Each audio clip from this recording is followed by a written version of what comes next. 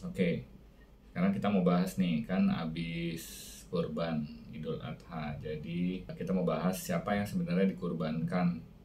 Apakah Ismail atau Ishak? Kalau di Islam kan kita taunya Ismail ya yang dikurbankan. Tapi kalau menurut Bible itu sebenarnya mereka klaimnya adalah Ishak. Nah, kalau kita baca surat As-Saffat ayat 100 sampai 113.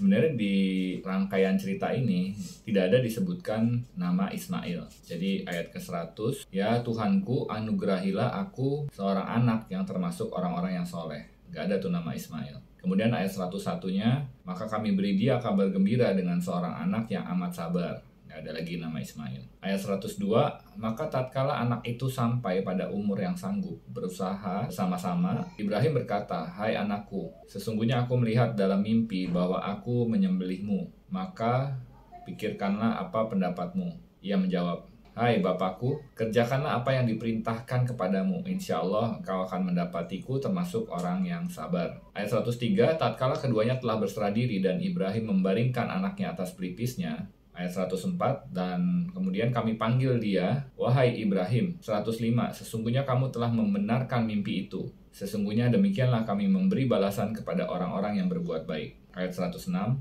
sesungguhnya ini benar-benar suatu ujian yang nyata. 107, dan kami tebus anak itu dengan seekor sembelihan yang besar. 108, kami abadikan untuk Ibrahim di kalangan orang-orang yang datang kemudian. 109, kesejahteraan atas Ibrahim.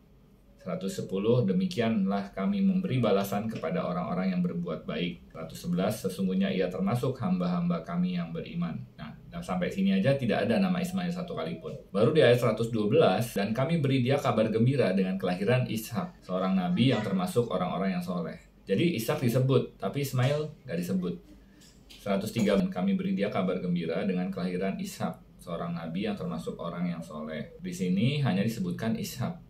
Jadi Ishak ini disebutkan sebagai kabar gembira setelah peristiwa penyembelihan. Jadi kemudian ayat 113, kami limpahkan keberkahan atasnya dan atas Ishak. Di antara anak cucunya ada yang berbuat baik dan ada yang zalim terhadap dirinya sendiri dengan nyata. Jadi hanya Ishak. Nah kebetulan kita tahu secara fakta bahwa Ibrahim hanya punya dua anak, yaitu Ismail dan Ishak. Jadi kalau dari sini kita bisa simpulkan dari kisah di Al-Quran bahwa yang dikorbankan adalah Ismail, karena Ismail lahir lebih dulu ya. Dan di kitab-kitab tafsir juga ini kita akan temukan penjelasan yang serupa ya. Jadi kalau di Islam sebenarnya sangat jelas